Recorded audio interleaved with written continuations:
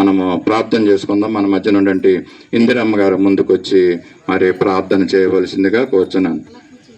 అక్కడ కూర్చోండి, మీకు మైక్ ఇవ్వబడుతుంది. కూర్చుని మీరు ప్రార్థన చేయండి. దేవుని యొక్క వాక్యం నిమిత్తము దేవుడు తన పరిశుద్ధాత్మను విడుదల చేసి దేవుని మాటలు, మనకి ఉపయోగకరమైన మాటలు,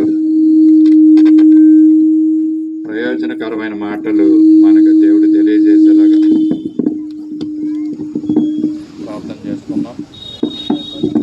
ప్రార్థన చేసుకుందామండి. తండ్రి యేసయ్య, వందనాలు ప్రభా, వందనాలు తండ్రి, వందనాలు నాయన. దేవా పరిశుద్ధుడా, మహా ఘనమైన తండ్రి, మీకు వందనాలు ప్రభా.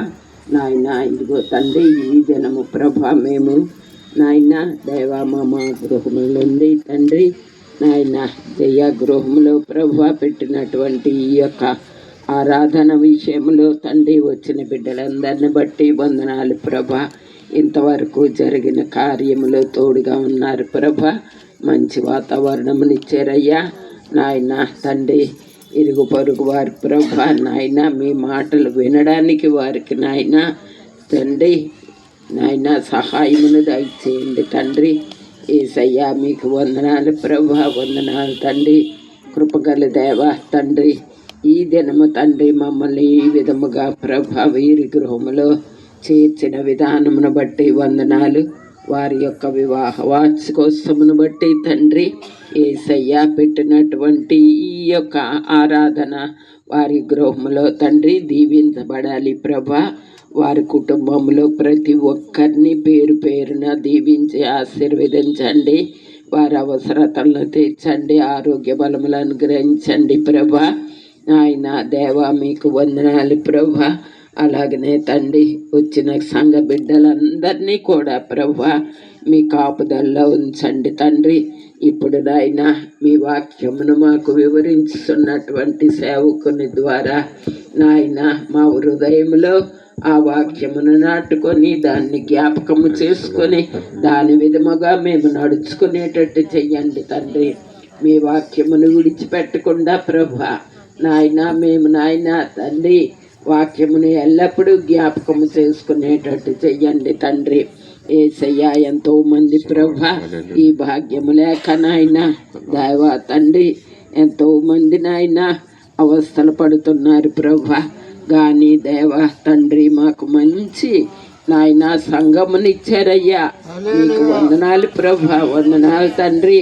సంఘములో ఉన్నటువంటి సంఘ బిడ్డలందరినీ ఐక్యత ప్రేమతో నింపి నాయన తండ్రి మీ సంఘమును ఇలా ముందుకు నడిపిస్తున్నందుకై వందనాలు ప్రభా. ఆయన మీకే స్తుతులు స్తోత్రములు ప్రభా. దీవించబడాలి ప్రభా. ఇంకను అనేక మంది అన్యులు ప్రభా నాయన మీ వాక్యము నిజమైన దేవుడని తెలుసుకుంటున్నారు ప్రభా. నాయన ఎక్కడెక్కడ మూర్ఖముగా ప్రవర్తిస్తున్నవారు నాయన దేవా మత్తు పానీయాలకి లోనైన వారు తండ్రి వారందరూ ప్రభా నాయన మీ నామమును తెలుసుకొని మీ వాక్యముడి ద్వారా నడుచుకుంటున్నారయ్యా. ప్రతి గృహంలోనే ఉన్నారు ప్రభా నాయన. అటువంటి వారిని మార్చండి ప్రభా. యేసయ్య కుటుంబం నాశనమైపోతుంది ప్రభా. ఈ మత్తు పానీయములలో ప్రభా కుటుంబమును వెనుకబెట్టి ప్రభా నాయన మూర్ఖముగా నడుచుకుంటున్నారు ప్రభా. మీ బిడ్డల్ని తండ్రి ఇష్టం వచ్చినట్టుగా మాట్లాడుతున్నటువంటి వారు ఉన్నారు ప్రభా. వారు నోటికి అయినా సరి అయిన సమాధానం చెప్పండి ప్రభా. యేసయ్య మీకు వందనాలు ప్రభా, వందనాలు తండ్రి.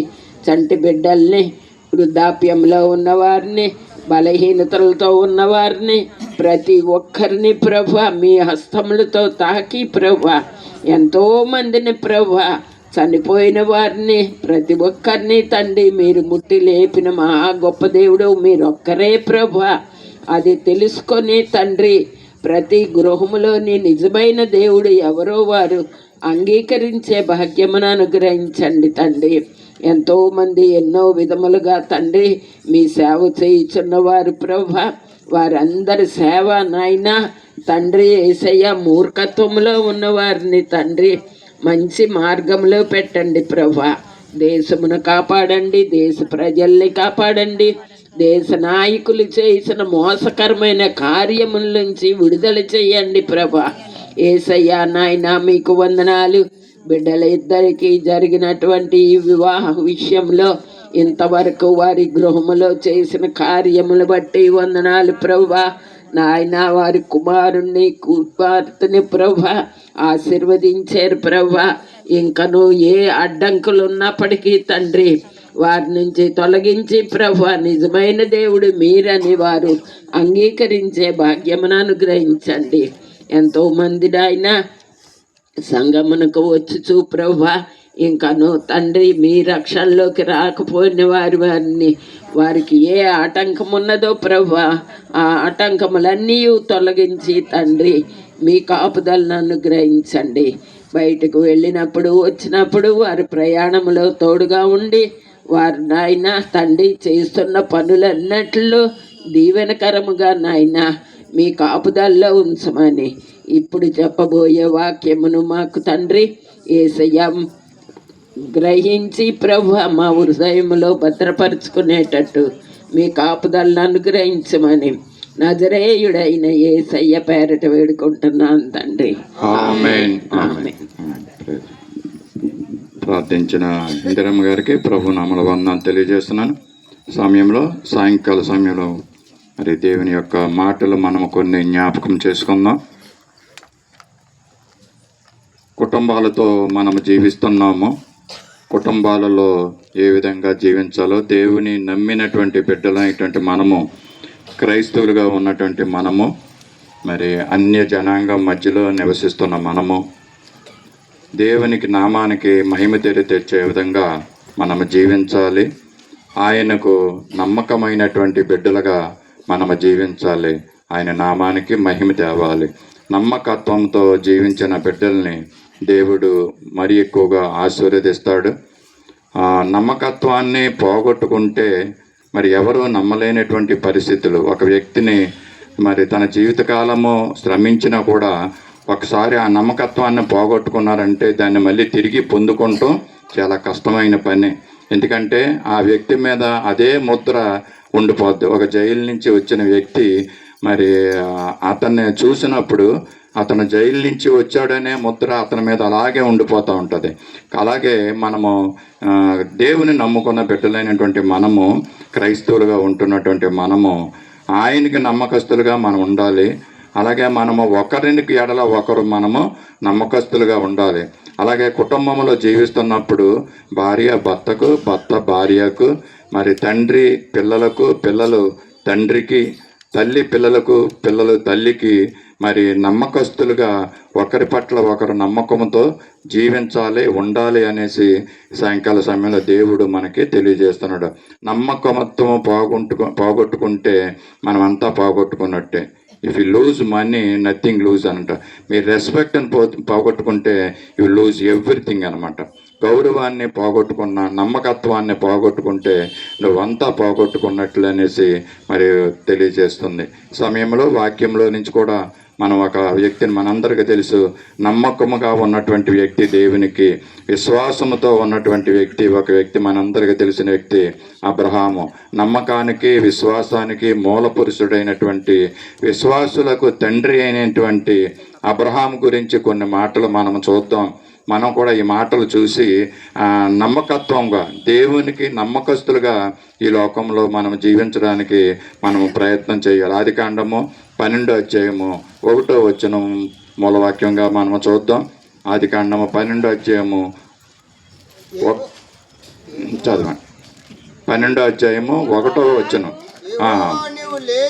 నీవు లేచి నీ దేశము నుండి, నీ బంధువుల యొద్ద నుండి, నీ తండ్రి ఇంటి నుండి బయలుదేరి నేను నీకు చూపించు దేశమునకు వెళ్ళుము. అండి, ఇక్కడ అబ్రహాం తోటి దేవుడు తెలియజేస్తున్న మాటలు ఏమన్నాడంటే, నువ్వున్న జనం, నువ్వున్న ఊరిలో, నువ్వున్న తల్లిదండ్రుల్ని అండి సమస్తాన్ని విడిచిపెట్టి, నీ బంధువుల్ని విడిచిపెట్టి నేను నీకు చూపించే స్థలానికి నువ్వు వెళ్ళు అనేసి అబ్రహాంతో చెప్తున్నాడు. ఒకవేళ మరి మనల్ని కనుక ఈ మాట అంటే మీరు ఇక్కడి నుంచి బయలుదేరి మరి ఈ యొక్క బంధువర్గాలు మరి యొక్క పరిస్థితులు అన్నిటి నుంచి విడిచిపెట్టి నేను చెప్పే స్థలానికి నువ్వు వెళ్ళు అని అంటే మనం వెళ్ళడానికి మనం సిద్ధంగా ఉంటున్నామా? మరి ఒకవేళ ఏదన్నా ఒక సేవకుడికి దేవుని పిలిపొచ్చి ఏ బీహార్లోనో నువ్వు ఫలానా ప్రాంతంలో సేవ చేయడానికి నువ్వు వెళ్ళాలి అని అన్నప్పుడు అండి ఆ సేవకుడు వెళ్ళడానికి సిద్ధంగా ఉంటున్నాడా? ఒకవేళ ఆ సేవకుడు సిద్ధపడినా మరి సేవకుని యొక్క కుటుంబం సంగతి పరిస్థితి ఏంటి? ఆ కుటుంబము మరి వెళ్ళడానికి సిద్ధమవుతుందా? ఇక్కడ అబ్రాహాం తోటి దేవుడు చెప్తున్నప్పుడు మరి అక్కడ తర్వాత అబ్రాహాము ఆయన దేవుడు ఏం వాగ్దానం చేస్తున్నాడంటే, నిన్ను గొప్ప జనముగా చేసి నిన్ను ఆశీర్వదించి నీ నామమును గొప్ప చేయుదును, భూమి యొక్క సమస్త వంశములు నీ యందు ఆశీర్వదింపబడినని మరి దేవుడు అబ్రాహాముతో చెప్తున్నాడండి. ఏంటంటే వాగ్దానం చేస్తున్నాడు, నేను చూపించే దేశానికి నువ్వు వెళ్ళు, నిన్ను నేను ఆశీర్వదిస్తాను, నీ నామాన్ని గొప్ప చేస్తానని అంటున్నాడు. భూమి యొక్క సమస్త వంశములు నీ యందు ఆశీర్వదింపబడతాయనేసి అబ్రాహాముతో చెప్తుంటే అబ్రాహాము అప్పుడు ఆ సమయంలో దేవుణ్ణి అంతగా మరి పూర్తిగా నమ్మిన పరిస్థితుల్లో లేడండి. అయినప్పటికీ కూడా దేవుడు చెప్పిన మాటల్ని నమ్మాడు ఆయన. దేవుని యొక్క మాటలు నమ్మి మరి అక్కడికి వెళ్ళడానికి ఆయన యొక్క మనసును స్థిరపరచుకున్నాడు, వెళ్ళాలి అనేసి. తర్వాత ఏమైందంటే ఆయన వచ్చి ఇప్పుడు ఎవరన్నా ఇంట్లో ఎవరికైనా ట్రాన్స్ఫర్ అయ్యిందనుకోండి ఒక ప్రదేశం నుంచి ఒక ప్రదేశానికి, ఆ వ్యక్తి ఉద్యోగం చేస్తున్నటువంటి వ్యక్తి ఏం చేస్తాడంటే ట్రాన్స్ఫర్ రాగానే అక్కడికి వెళ్ళిపోడండి. ఆయన ముందు వచ్చి ఆయన యొక్క కుటుంబంతో తన భార్యతోటి చెప్తాడనమాట కదా, నేను ఫలానా ప్లేస్కి నాకు ట్రాన్స్ఫర్ వచ్చింది, నేను అక్కడికి వెళ్ళాలని ఆ భార్యతోటి చెప్పడం జరుగుతూ ఉంటుంది. ఆ విధంగానే ఇక్కడ అబ్రాహాం కూడా మరి భార్య అనేటువంటి సారా దగ్గరికి వచ్చి మరి దేవుడు నాకు తెలియజేస్తున్నాడు, ఫలానా దేశానికి నీ దేశాన్ని నుంచి వెళ్ళమంటున్నాడు, మన బంధువుల్ని మన స్నేహితుల్ని అందరిని కూడా ఇక్కడ విడిచిపెట్టి మరి దేవుడు చూపించే దేశానికి మనం వెళ్ళాలంటని సారమ్మతో చెప్పాడండి. సారమ్మ ఏమనాలి అప్పుడు అండి? మామూలుగా భార్య అయితే ఏమంటారు, ఇలాగ ఒక భర్త వచ్చి పలానా ప్రదేశానికి దేవుడు నన్ను రమ్మంటున్నాడు, మనం అందరం అక్కడికి వెళ్ళాలని అంటే ఏకీభవిస్తారండి భార్యలు అయిన వారు అండి? భార్యలు ఏకీభవిస్తారు? ఏదైనా మాట చెప్తే భర్త ఏకీభవించే పరిస్థితుల్లో వాళ్ళు ఉండరండి కదా. ఇక్కడ మరి ఒక ఉద్యోగం కాదు, ఏమీ కాదు, ఎక్కడికి వెళ్తున్నాడో తెలియదు. ఇక్కడ దేవుడు చెప్పాడు వెళ్ళమన్న ప్రదేశానికి మరి ఈయన బయలుదేరాడు అనమాట. భార్యతో చెప్పినప్పుడు భార్య మరి కూడా తర్వాత మరి భర్త యొక్క మాటని ఆమె విన్నదండి. అండ్ ఫస్ట్ మరి అబ్రహాము దేవుని యొక్క మాటను నమ్మాడు నమ్మి మరి ఆయన బయలుదేరడానికి సిద్ధమయ్యాడు. మరి అందుకని అబ్రాహాము దేవుని నమ్మెను, అది అతనికి నీతిగా ఎంచబడిననేసండి. ఆయన దేవుని మాట నమ్మాడు కనుక ఆయన విశ్వాసులకు తండ్రి అండి. ఏమీ లేని పరిస్థితుల్లో నమ్మాడండి. మనకు అన్నీ ఉన్న పరిస్థితుల్లో దేవుణ్ణి నమ్మనటువంటి పరిస్థితులు మనము చూస్తూ ఉంటాం. ఇంకా ఏదో అనుమానము, ఇంకా ఏదో తీరనటువంటి ఏదో ఆశ మనలో అలా ఉండిపోతూ ఉంటుంది దేవుని మీద పూర్తిగా నమ్మే పరిస్థితులు మనకి ఉండడం లేదు. ఇన్ని విషయాలు తెలియజేస్తున్నప్పటికీ కూడా ఇక్కడైతే అబ్రాహాము దేవుని మాటని నమ్మాడు.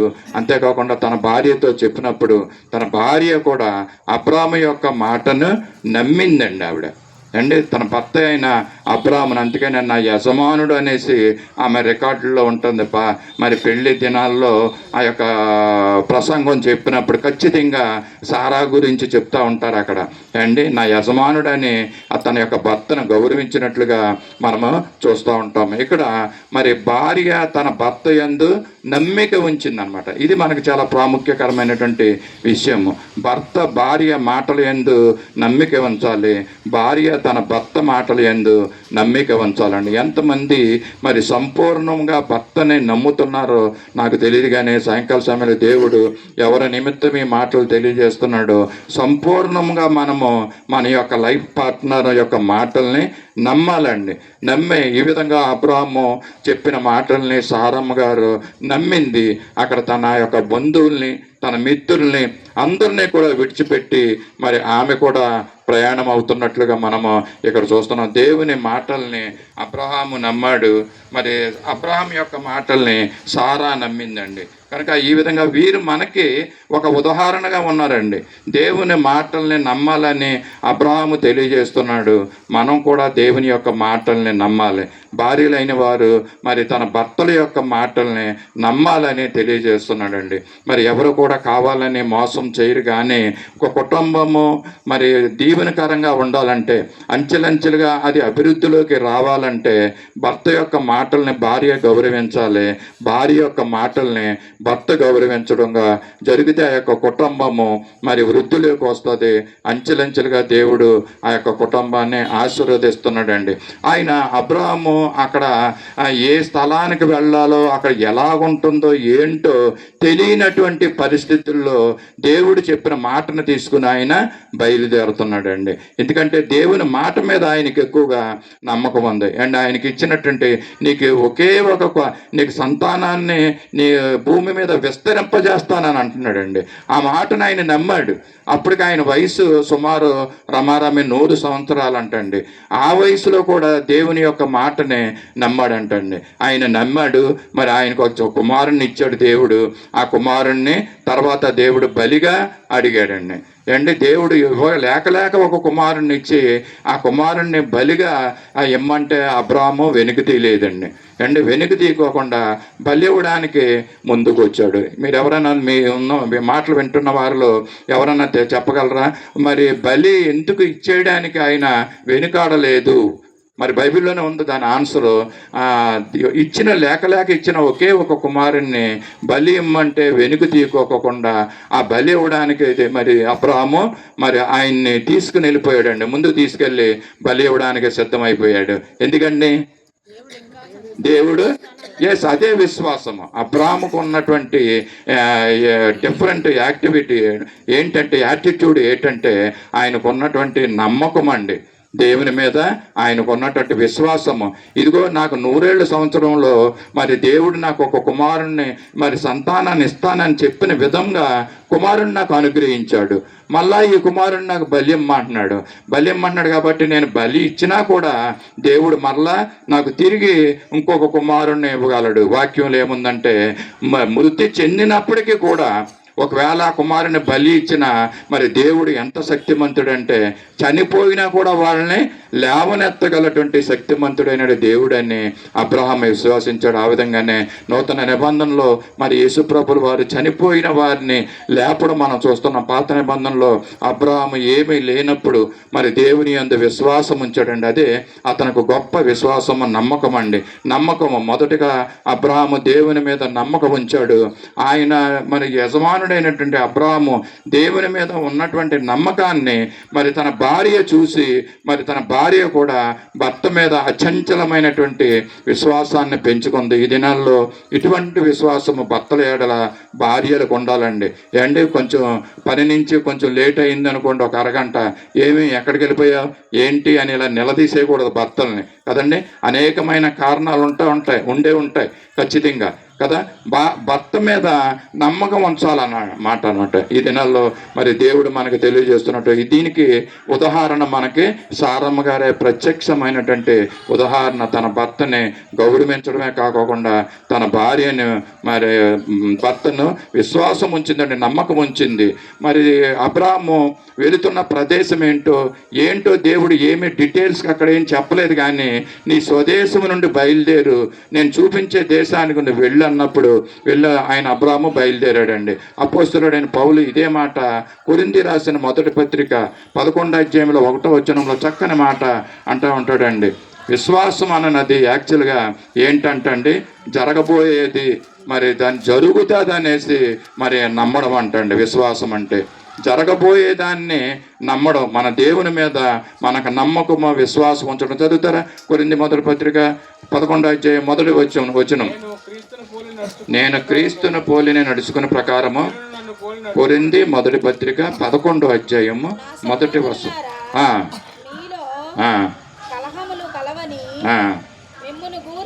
ఓకే, ఒక్క నిమిషం అండి. విశ్వాసం గురించి చెప్తా ఉంటారండి ఇక్కడ. విశ్వాసం అనున్నది నిరీక్షింపబడి వాటి యొక్క నిజ స్వరూపమును ఓకేనండి. ఓకే. అదృశ్యమైనవి ఉన్నవనుటకు రుజువులై ఉన్నవి. ఇక్కడ ఏమంటాడంటే కరెక్ట్. విశ్వాసం అనేదంట నిరీక్షింపబడి వాటి యొక్క నిజ స్వరూపమును అంటండి. అంటే నిరీక్షించాలంట, నిరీక్షణ మనకు ఉండాలంట. అంటే ఒక నమ్మకము, దేవుడు మరి రెండవ రాకల్లో యేసు ప్రభుల వారు వస్తారనే నమ్మకం మనకు ఉండాలంట. మనం దాన్ని చూడడం లేదండి కానీ మనం ఏం చేయాలంటే మనకు ఒక నిరీక్షణ ఉండాలంటండి. ఇక్కడ విశ్వాసం అంటేనే నిరీక్షింపబడి వాటి యొక్క నిజ స్వరూపమని ఉన్నవంట. అదృశ్యమైనవి ఉన్నవనుటకు రుజువైన ఉన్నదంటే, అదృశ్యమైన అంటే కనపడనివి, మరి అవి కూడా ఉన్నాయని మనము నమ్మాలంటండి. ఇది అలంకారప్రాయంగా రాసినటువంటి మాటలు అనమాట. పరిశుద్ధ గ్రంథము మరి అలంకారంగా కూడా కొన్నిసార్లు రాయబడుతూ ఉంటుంది. ఆ మాటలు మనం అర్థం చేసుకోవాలి. అదృశ్యమైనవి ఉన్నవని మనము నమ్మాలంటండి. పరలోక రాజ్యాన్ని మనం చూడలేదు కానీ పరలోక రాజ్యము ఉన్నదని మనం నమ్మాలంట. ఆయన రెండవ రాకడ మనము నిరీక్షించాలనేసి ఇక్కడ చెప్తున్నా. కంటికి కనపడనివి కూడా మరి ఉన్నాయని నమ్మేవే మరి నేను విశ్వాసం అంట. అబ్రహాము చూడలేదండి ఆ విషయాలు, అయినప్పటికీ కూడా అది ఉన్నది, దేవుడు నాకు తప్పగా అనుగ్రహిస్తాడని అబ్రహాము దేవుని మీద నమ్మకం ఉంచాడంట. మరి అంతే ఆ చెప్పిన విధంగానే దేవుడు ఆయన యొక్క సంతానాన్ని ఇసుక రేణువుల వల్లే విస్తరింపజేసినట్లుగా మనం చూస్తాం. కొన్నిసార్లు మన జీవితంలో మనం నిరీక్షించింది, మనం దేవుని మీద నమ్మకం ఉంచిన కొన్ని పనులు ఒకవేళ ఆలస్యం అవ్వచ్చు కానీ మరి అది తప్పుకోకుండా అవి జరుగుతాయండి. మరి ఐగుప్తు నుండి ఇశ్రాయేల్ ప్రజల్ని కనాను ప్రాంతానికి చేర్చడానికి 40 సంవత్సరాల సమయం పట్టింది కానీ మరి దేవుడు వాళ్ళని చేర్చి ఉన్నాడండి. ఈ విధంగా మనము వాక్యాల ద్వారా మనం బలపడి, విశ్వాసంలో బలపడి దేవుని యందు నమ్మకం విశ్వాసం ఉంచాలండి. అబ్రహాము అచంచలమైనటువంటి విశ్వాసాన్ని దేవుడి మీద ఉంచి ఉన్నాడండి.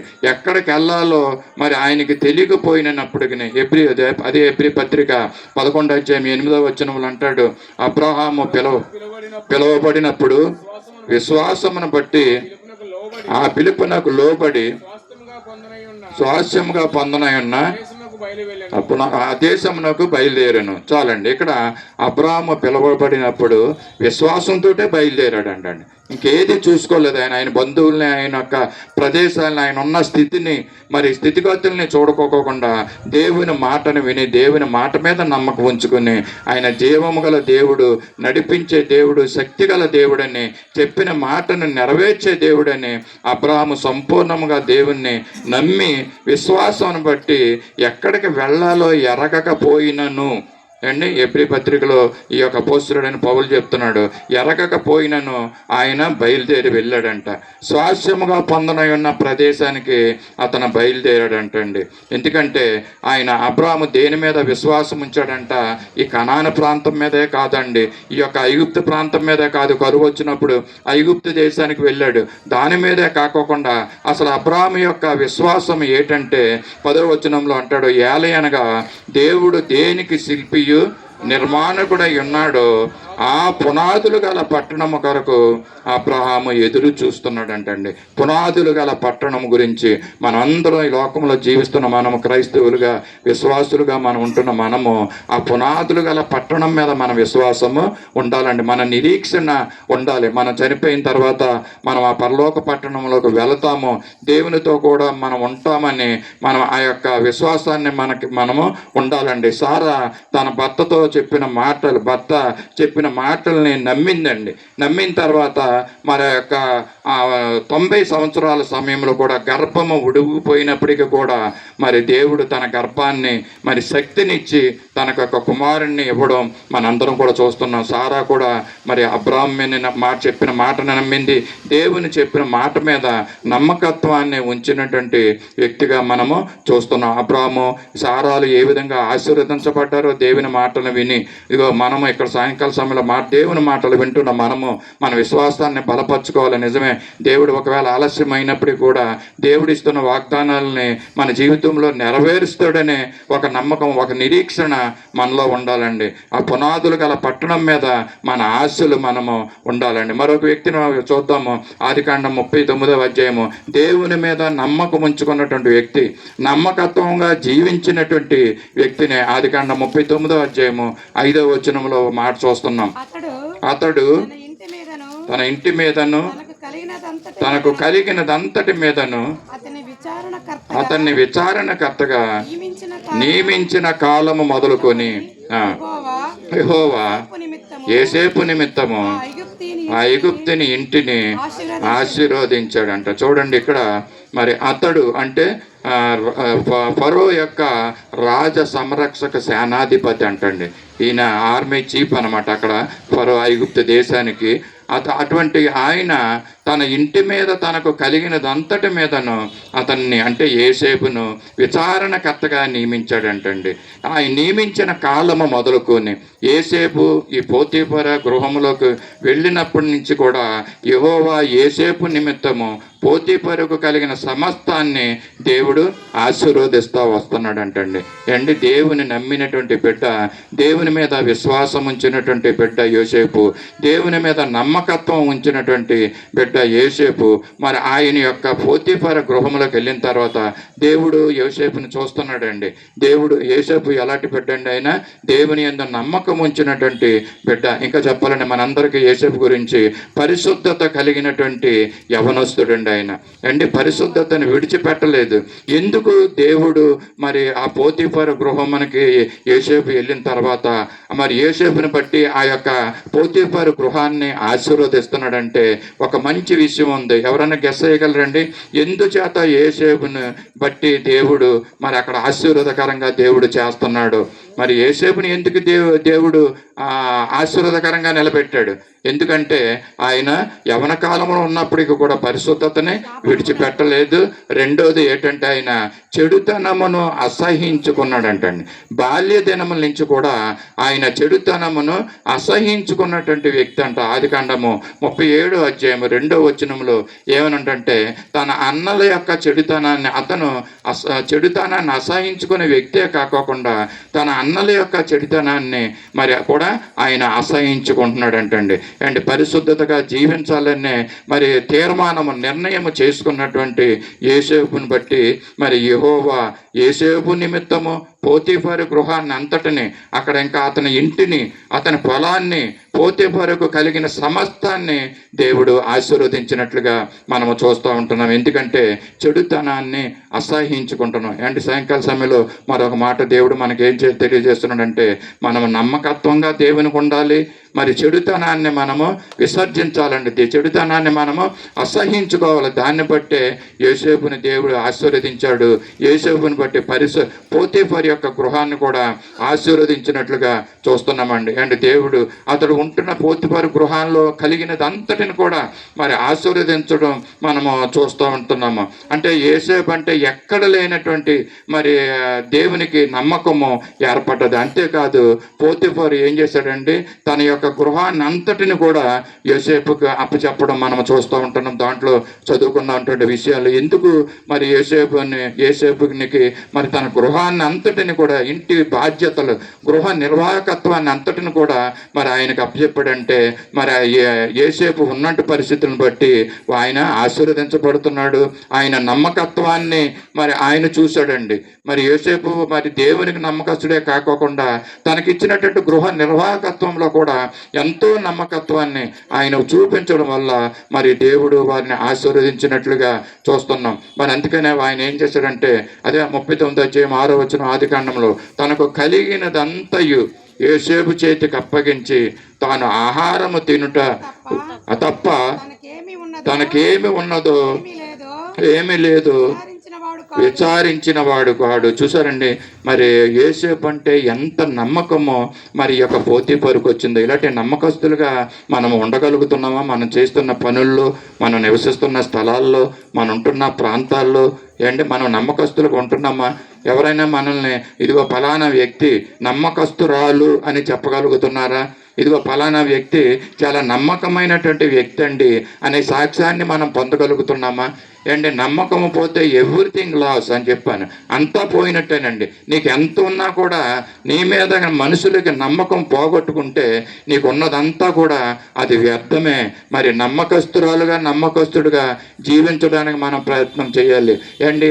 హైందవులైన వారు లేకపోతే మన అన్యజనులు దేవుని సంపూర్ణంగా తెలియని వారు లేక విషయాలు పూర్తిగా తెలియని వారు నమ్మకంగా ఉండాలనే విషయాన్ని కూడా పూర్తిగా తెలియని వారు మరి అపనమ్మకస్తులుగా జీవిస్తూ ఉంటుంటే అది వేరే విషయం. కానీ దేవుని నమ్ముకున్నటువంటి మనము నమ్మకస్తులుగా ఉండాలని తెలియజేస్తున్న ఆ మాటలు వింటున్న మనము ఇంకా నమ్మకంగా జీవించడానికి మనం తీర్మానం చేసుకోకపోతే, మనం నిర్ణయం తీసుకోకపోతే, ఇదిగో చిన్న 10 రూపాయల నుంచి 100 రూపాయలు 1000 రూపాయలు విషయంలో కూడా మనం ఎలా ఉండాలంటే నమ్మకస్తులుగా ఉండాలి. దేవునికి మనము లెక్క అప్పచెప్పాలి. అవసరమైతే 1 రూపాయి విషయంలో కూడా మనం నిజాయితీగా ఉండాలండి. ఇక్కడ యోసేపుకు దేవుడు ఎంతో ఇచ్చాడండి. దాని అంతట్లో కూడా మరి ఆయన నమ్మకస్తుడుగా ఆ గృహం అంతా కూడా పోతీఫరు గృహం అంతా కూడా అప్పచెప్పినా కూడా మరి ఆయన ఎంతో నమ్మకస్తుడుగా ఉన్నాడండి. అంతేకాదండి, దేవుడు అంతటితో ఆయన్ని విడిచిపెట్టలేదు. ఆ ఐగుప్తు దేశానికి రాజు అయినటువంటి ఫరో కూడా ఏం చేశాడంటే తర్వాత ఆయనకు వచ్చిన కళలు తెలియజేయడం వల్ల ఫరోకు యోసేపుకున్నటువంటి నమ్మకత్వాన్ని బట్టి తన ఇంటి మీద మరి ఆయన్ని యోసేపుని మరి గృహాధిపతిగా ఉంచడం మనం చూస్తుంటున్నాం. చదువుదాం.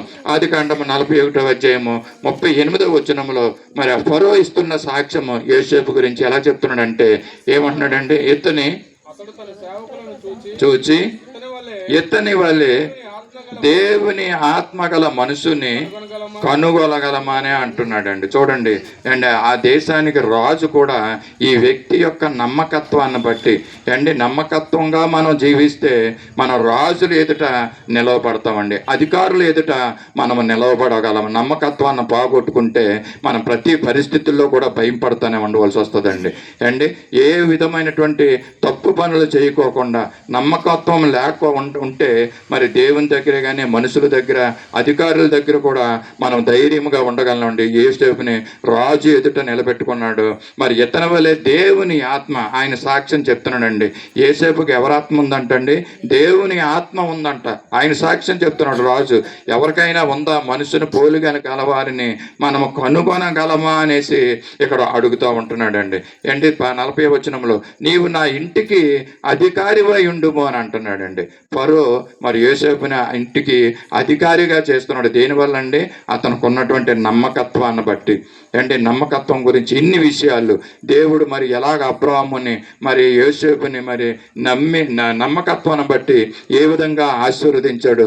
నీ జీవితాల్లో నా జీవితాల్లో కూడా ఇప్పుడున్నటువంటి పరిస్థితుల నుంచి దేవుడు మనల్ని మరి పైకి లేపాలని అంటే మనకు ఉండవలసింది ఏంటంటే నమ్మకత్వం అండి. మాటలో నమ్మకత్వాన్ని కొంతమంది కోల్పోతూ ఉంటారండి. అటు మాట ఇటు మాట మాట్లాడుతూ ఉంటే ఎవరు కూడా ఆ వ్యక్తులను మనం నమ్మరండి మనుషులు కదండి. నీ మాట తిన్నంగా ఉంటే గనక ఆయన మాట్లాడే మాట తిన్నంగా ఉంటుంది, ఆయన మాట్లాడేది నిజమై ఉండొచ్చు అనేసి నమ్ముతారండి. కనుక మనం మాట్లాడే మాటలు ఎలా ఉండాలంటే అది నిజమైనవి, దేవునికి నమ్మకమైనవిగా ఉండాలంట. దేవుడు మనల్ని ఆ నమ్మకత్వముగా జీవిస్తున్న వారిని దేవుడు దీవిస్తాడంటే ఇక్కడ చెప్తున్న 41వ వచనంలో ఐగుప్తు దేశం అంతటి మీద నిన్ను నియమించి ఉన్నాను అనేసి ఫరో చెప్తున్నాడండి. 41వ అధ్యాయం 41వ వచనంలో ఆ యొక్క ఇంటికి మీద కాదు, గృహ నిర్వాహకత్వం మీదే కాదు, ఆయన్ని ఎక్కడ నిలబెడుతున్నాడండి? ఐగుప్తు దేశంలోనే మరి ఒక అధికారిగా నియమిస్తున్నాడు అంటాడు. ఎందుకంటే ఆయనకు ఉన్నటువంటి విశ్వాసము అంత గొప్పది, అంత నమ్మకము, అంత యథార్థత. మరి యోసేపులో మనము చూస్తున్న 3వ వ్యక్తిని చూసి మనం ముగింపులోకి వెళ్దాము. నమ్మకత్వాన్ని కలిగినటువంటి వ్యక్తుల్ని మనం జీవిస్తున్నాం. సాయంకాల సమయంలో దేవుడు మనల్ని నమ్మకస్తులైన వ్యక్తులుగా జీవించమని మనకి తెలియజేస్తున్నాడు. ఇక్కడ మరి మరియమ్మ భర్త అయినటువంటి యోసేపుని గురించి కూడా మనం చూడొచ్చండి. అక్కడ యోసేపు నీతిమంతుడు అని చెప్తారు మత్తయి సువార్తలో.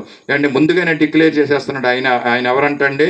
మరి మరియ భర్త అయినటువంటి యోసేపు అప్పుడు ప్రదానం చేయబడి ఉన్నప్పుడు ఆయన నీతిమంతుడిగా ఉంటున్నాడని మరి వాక్యం సెలవిస్తుంది. ఇదిగో ప్రభువు దేవత స్వప్నం మందు అతనికి ప్రత్యక్షమై కొన్ని మాటలు చెప్పిందండి. మరి దేవుని యొక్క దూత మరి యోసేపుకు స్వప్నంలో కనబడి కొన్ని మాటలు తెలియజేస్తుంటే ఆ మాటలను బట్టి ఆయన ఏం చేస్తున్నాడంట?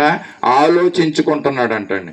20వ వచనంలో ఇప్పుడు పురుషులైన వారు కూడా ఈ మాటలను చాలా జాగ్రత్తగా వినాలి. ఎందుకంటే మరి యోసేపు ఏం చేశాడంటే దూత చెప్పిన మాటలను బట్టి ఆయన తొందరపడలేదండి. ఆయన కంగారు పడలేదు. ఆయన ఏం చేశాడంటే ఆలోచించడం మొదలు పెడుతున్నాడంటండి. అంటే గృహాల్లో వస్తున్నటువంటి విషయాలు, గృహాల్లో వస్తున్నటువంటి సమస్యలను బట్టి కొన్నిసార్లు భార్యాభర్తలైన వారు ఏం చేస్తారంటే ఎంతగానో చింతపడతారు, తొందరపడే నిర్ణయాలు తీసుకుంటారండి. మరి యోసేపుకు వచ్చినటువంటి సమస్య మన అందరికీ కూడా తెలుసు అండి. ఈయన మరియా భర్త అయినటువంటి యోసేపు గురించి నేను మాట్లాడుతున్నాను. ఈయనకు వచ్చిన సమస్య ఏంటో మనకు తెలుసు. ఆ సమస్య వచ్చినప్పుడు ఆయన ఏం చేశాడంటే తొందరపడలేదు, కానీ ఆలోచించాడంట. 20వ వచనంలో అండి, ఆలోచించి నిద్ర మేలుకుని ప్రభుదూత తనకు ఆజ్ఞాపించిన ప్రకారము చేశాడంట. సమస్య వచ్చినప్పుడు మరి ఆలోచించి ఏమి చెయ్యాలో దాన్ని డెసిషన్ తీసుకుని దాన్ని చేశాడంట. లోకసువార్త 1:28 వచనంలో మరియా దగ్గరికి కూడా మరి దేవదూత మరి స్వప్నమా వచ్చి ప్రత్యక్షమైందంట. ఇక్కడ యోసేపు గారికి ప్రత్యక్షమైతే దేవదూత తెలియజేసింది. ఇక్కడ మరియమ్మ దగ్గర కూడా వచ్చి మరి దేవదూత వచ్చి ఏం చెప్తుందో లోకసువార్త 1:28లో దూత లోపలికి వచ్చి ఆమెను చూచి, దయాప్రాప్తురాల, నీకు శుభము, ప్రభువు నీకు తోడై ఉన్నాడని చెప్పాడంట. అప్పుడు మరియా ఏం చేసిందండి? మరియా ఏం చేసింది? నా ఈ శుభవచనం ఏమిటో అని ఆలోచించుకొని చుంటుందంట. స్త్రీలైన వారి మాట వినాలి అండి. మన గృహాల్లో వస్తున్నటువంటి విషయాలు, సందర్భాలని బట్టి మనం ఏం చేస్తామండి? తొందరగా ఫాస్ట్గా మరి రియాక్ట్ అయిపోతూ ఉంటాం కదండి. మరి ఎన్నో మరి గందరగోళం పరిస్థితులు సృష్టించేసుకుంటూ ఉంటాం అంటే ఆ సమయంలో దేవుడు నాకున్నాడు, దేవుని నమ్మిన బిడ్డను నేను, దేవుడు ఏం చెప్తాడో ఈ విషయం గురించి అని నిదానించడం మానేస్తూ ఉంటారు అండి. ఇక్కడ మరియమ్మ అయితే ఏం చేసిందంటండి, మరి ఈ శుభవచనం ఏమిటో అని ఆలోచించుకుంటుందంటండి. అంటే గృహాల్లో సమస్యలు పెద్దవి అవ్వకుండా ఉండాలంటే మరి ఆలోచన చేయడం చాలా ప్రాముఖ్యకరమైనటువంటి విషయం. ఇది చాలా అవశ్యం అండి. ఆలోచించాలంట. దేవుని మాటలు విన్నప్పుడు మరి మరియా ఆలోచించిందంట. సమస్య వచ్చినప్పుడు తొందరపడకూడదు, ఆలోచించాలి. ఇక్కడ ఇద్దరు కూడా మరి భార్యాభర్తలైనటువంటి ఇద్దరు మరియా యోసేపు కూడా మరి ఆలోచించినట్లుగా మనం ఇక్కడ చూస్తూ ఉంటున్నాం. వాళ్ళిద్దరూ మరి దేవుని దూత ఆయన చెప్పినటువంటి మాటలను వీళ్ళు ఏం చేశారంటే నమ్మారండి. అంటే దేవుని మాటల్ని వీళ్ళు నమ్మారు, ఆలోచించారు, దేవుని మీద నమ్మకం ఉంచినట్లుగా మనము చూస్తున్నాం. కుటుంబంలో మనం దేవుని యొక్క మాటల్ని నమ్మక మరి సంపూర్ణంగా దేవుని మీద ఆధారపడక కొన్నిసార్లు సమస్యలు మనము పెద్ద చేసుకుంటూ ఉంటాం. దేవుని దగ్గర మన సమస్యలు పెట్టాలి, ప్రార్థించాలి, ఆయన అడగాలి, ఆలోచించాలి, దేవుని మీద మనం ఆధారపడాలండి. అంటే నమ్మకస్తులుగా జీవించినటువంటి బిడ్డలు మరి అబ్రాహాము, సారా, యాకోబు కుమారుడైన మరి యోసేపు, అలాగే యేసుక్రీస్తు తండ్రి అయిన యోసేపు, మరియలు, మరి దేవుడు మనకిచ్చిన కుటుంబాల్లో కూడా మనం ఈ విధంగా నమ్మకస్తులుగా ఉండాలి. భర్త భార్యకు, భార్య భర్తకు మరి నమ్మకస్తులుగా జీవించాలండి. మనం ఉన్నటువంటి కొంచెంలో కూడా మనము నమ్మకస్తులుగా ఉండాలి. మన కుటుంబము ఏ విధంగా ఉంటుందో చూసుకుని మన కుటుంబ పరిస్థితులను బట్టి దేవుని మీద నమ్మకం ఉంచడం మనకు చాలా అవసరం. మనకున్నటువంటి కొంచెంలో మనం నమ్మకం ఉంటేనంట మరి దేవుడు దాన్నే ఆశీర్వదిస్తాడంట. మత్తయి సువార్త 25:21 ఆ వాక్యాన్ని చూద్దాం ఆఖరుగా. మరి దేవుడు ఏ విధంగా ఆశీర్వదిస్తాడో మరి కొంచెంలో నమ్మకం ఉండడం వల్ల మనం అనుకుంటే ఇది చిన్నదే పర్వాలేదులే అనేసి మన ఇష్టానుసారంగా మనం జీవిస్తే ఆ నెగ్లిజెన్స్ని బట్టి దేవుడు ఇచ్చే శిక్షను కూడా మనం అనుభవించవలసి వస్తుందండి. చిన్న విషయంలో కూడా మనము నమ్మకంగా ఉండాలంట. మత్తయి సువార్త 25:21 వచనంలో ఏమంటున్నాడంటే 25:21 యజమానుడు బలా నమ్మకమైన మంచి దాసుడా, నీవు కొంచెములో నమ్మకముగా ఉన్నావు గనుక నిన్ను అనేకమైన వాటి మీద నియమించదును. అంటే ఉన్న కొంచెంపాటి అనుకుంటాం, ఇది మాకున్నది ఏమాత్రం, మాకున్న కుటుంబం ఏమాత్రం, నేను చేసే పని ఏమాత్రం, నేనున్న పరిస్థితులు ఏమాత్రం, నేను దీంట్లో ఏమి నమ్మకంగా ఉండగలను అనే ఒక అభిప్రాయం మీలో రావచ్చు. కానీ దేవుడు అందుని బట్టి ఈ వాక్యం మనకు చూపిస్తున్నాడు ఏంటంటే నువ్వు ఉన్నటువంటి కొంచెంలో కూడా నువ్వు నమ్మకం ఉండాలంట. ప్రతి పనిలో నువ్వు నమ్మకంగా ఉండాలంటండి.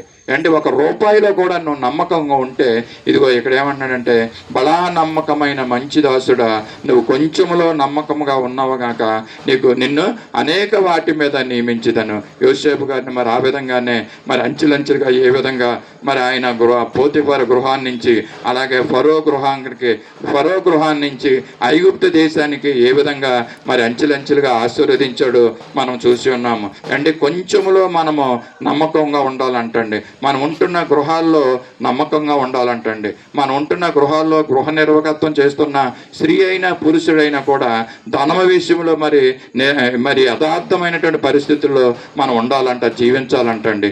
నమ్మకంగా ఉండాలంట. ఏది ఉన్నా కూడా తన లైఫ్ పార్ట్నర్కి చెప్పి ఇది పరిస్థితి అనే విషయాన్ని తెలియజేయాలంటండి. తెలియజేయకోకుండా మోసకరమైనటువంటి జీవితాలు జీవిస్తే దాని పర్యవసానాలు మనము భరించక తప్పదండి. ఇక్కడ చెప్తున్నాడు ఎబ్రీ పత్రిక 3:2 ఏమంటాడంటే, దేవుని ఇల్లంతటిలో మనకు తెలిసిన విషయమే మోసే నమ్మకమైన వాడుగా ఉన్నాడంటండి.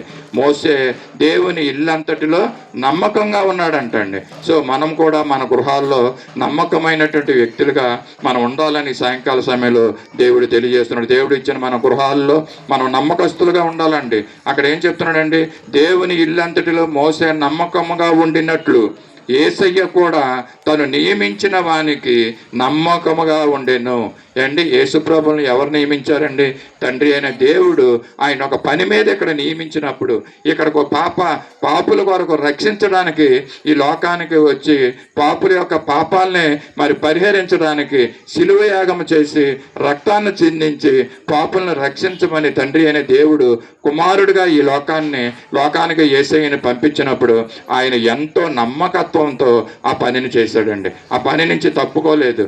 ఆ విధమైనటువంటి ఆలోచన ఆయనకు రాలేదండి. ఆయన ఆ యొక్క వర్క్ని కంప్లీట్ చేశాడండి. దేవుడు ఏ వర్క్ అయితే ఆయనకి అసైన్ చేశాడో ఆ పనిని నమ్మకముగా సంపూర్ణము చేసినట్లుగా మనం చూస్తాం. యేసయ్య కూడా నమ్మకత్వానికి మారు పేరు, నిజ స్వరూపం అండి ఆయన యేసు ప్రభువు వారు నమ్మకంగా తండ్రి యొక్క పనిని మరి చేసినట్లుగా, సంపూర్ణం చేసినట్లుగా మనం చూస్తూ ఉంటున్నాము. మరి అలాగే మోసే పెద్దవాడైనప్పుడంట విశ్వాసమును బట్టి దేవుని మీదే నమ్మకం ఉంచాడంటండి. ఐగుప్తు ధనం మీద కానీ, ఐగుప్తు ప్రజల మీద కానీ, దేని మీద లేక ఫరో ఇంటి మీద ఉన్నటువంటి ఆ భోగభాగ్యాల మీద కానీ ఆయన నమ్మకం ఉంచుకోకుండా మరి క్రీస్తు విషయమై నిందను భరించడానికి ఆయన సిద్ధపడ్డాడంటండి. మనమైతే ఈ రోజుల్లో మన కంఫర్ట్స్ గురించి మనం చూసుకుంటూ ఉంటాం ఏమాత్రం చిన్న శ్రమ పడ్డాను కూడా మనం ఇష్టపడమండి కదా. మరి అయితే మోసే అయితే మరి శ్రమను పొందడానికి ఆయన ఇష్టపడి ఆయన దేవుని ప్రజల దగ్గరికి వచ్చినట్లుగా మనము చూస్తూ ఉంటున్నాము. దేవుని గురించి నమ్మకత్వంగా మనం నమ్మకత్వంగా ఎప్పటి వరకు మనం జీవించాలంటే మరి మన జీవితకాలం అంతా కూడా, దేవుడిచ్చిన ఆయుష్కాలం అంతా కూడా మనం దేవునికి నమ్మకస్తులుగా జీవించాలి. మనం ఒకరి ఎడల ఒకరు మనము నమ్మకముగా ఉండాలి. ప్రకటన గ్రంథము 22:10 ఏమంటాడంటే, మరణమగుమంత వరకు నమ్మకముగా ఉండమంటున్నాడండి. మరణం వరకు కూడా మనం ఎలా ఉండాలంటండి, నమ్మకస్తులైన బిడ్డలుగా జీవించాలంట. ఒకవేళ మరణం అయిన తర్వాత మన బాడీని అక్కడ బయట పెడతారు కదండి. బయట పెట్టిన తర్వాత అక్కడ అందరూ ఆ ఇంటి పక్క వీళ్ళు వచ్చి మరి చూస్తారని, చూసిన తర్వాత ఆ చనిపోయిన వ్యక్తి యొక్క మరి గుణగణాలు అక్కడ తెలియజేస్తూ ఉంటారు. అతను ఎంత నమ్మకస్తుడిగా జీవించాడు, ఎంత విశ్వాసగా ఉన్నాడు, మరి ఎంత ఆ కుటుంబం పట్ల ఎంత ప్రేమ చూపించాడు, ఈ విషయాలన్నీ కూడా అక్కడ ఉన్న వాళ్ళు మరి చెప్పుకుంటూ ఉంటారండి. మనం నమ్మకస్తులుగా కాకపోతే మరి ఏ మాటలో కనపడవు అక్కడ అంతా సైలెంట్గా ఉంటుంది. మనము చనిపోయిన తర్వాత కూడా, అందుకని ఇక్కడ అంటాడు మరణమగు అంతవరకు కూడా మనము నమ్మకంగా ఉండాలంటండి. అప్పుడు ఏమిస్తాడంటే చూడండి, అక్కడ ఏముంది, ప్రకటన 2:10 మరణమగువంత వరకు నమ్మకముగా ఉండుము, నీకు జీవ కిరీటాన్ని ఇస్తాడంటండి. పరలోక రాజ్యంలో మనం వెళ్ళడమే కాదు, చేరడమే కాదు, మనకి దేవుడు ఒక కిరీటాన్ని ఇచ్చి అక్కడ మనల్ని కూర్చుండబెడతాడంటండి. దేవదూతలకు లేనటువంటి గొప్ప అధికారాన్ని, భాగ్యాన్ని దేవుడు మనకిస్తాడు. కనుక ఈ సాయంకాల సమయంలో దేవుడు మనకు తెలియజేస్తున్న మాటలు ఏంటంటే, మనము ఒకరి పట్ల ఒకరు నమ్మకముగా ఉండాలి. భార్య అయితే భర్తకు, భర్త అయితే భార్యకు నమ్మకస్తురాలుగా జీవించాలండి. అంటే నమ్మకముగా ఉండాలంట. కుటుంబంలో ఉన్నటువంటి ప్రతి ఒక్కరు కూడా ఒకరి ఎడల ఒకరు నమ్మకంగా ఉండాలి. సంఘంలో మనం ఉంటున్నాము, ఒకరి ఎడల ఒకరు నమ్మకంగా ఉండాలి. మనందరం కలిసి దేవునికి నమ్మకస్తులుగా మనము జీవించాలంట. దేవుడు ఈ తెలియజేసినటువంటి మాటలు దేవుడు మన వినికిడిలో దీవెనకరంగా ఆశీర్వాదకరంగా చేయనుగాక. ఈ సమయంలో ఈ మాటలను బట్టి దేవుడు మన హృదయంలో ఈ మాటలు ఫలించులాగా ఫలింపు ప్రార్థన, ఆఖరి ప్రార్థన మన మధ్యన ఉన్నటువంటి సుభద్రాణి గారు వచ్చి ప్రార్థించవలసి